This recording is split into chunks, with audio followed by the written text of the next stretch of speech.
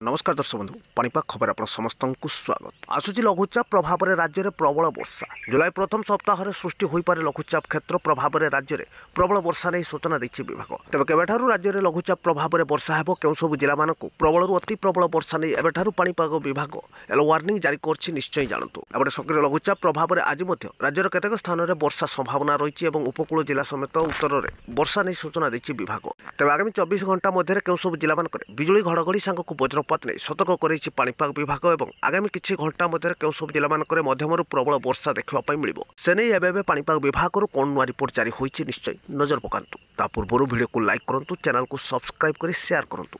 तो भुवनेश्वर आंचलिक पाणीपाग केन्द्र मिलता सूचना अनुसार सक्रिय लघुचाप क्षेत्र प्रभाव में आज राज्यर अनेक स्थान में वर्षा संभावना रही। आगामी किछि घंटा मध्य रायगड़ा, बरगढ़, झारसुगुड़ा, संबलपुर, देवगढ़, सुंदरगढ़ और केउंझर जिलार केतेक अंचल में मध्यमरु प्रबल वर्षार संभावना रही। 7 ରୁ 11 सेंटीमीटर मध्य वर्षा नहीं पाणीपाग केन्द्र सूचना देछि। एपटे आगामी 24 घंटा राज्यर 11 जिला को कालबैशाखी चेतावनी जारी करछि पाणीपाग विभाग। बिजुली घड़घड़ी सांगक वज्रपात और हालुकार मध्यम धरणर वर्षा आज देखा मिलिबो।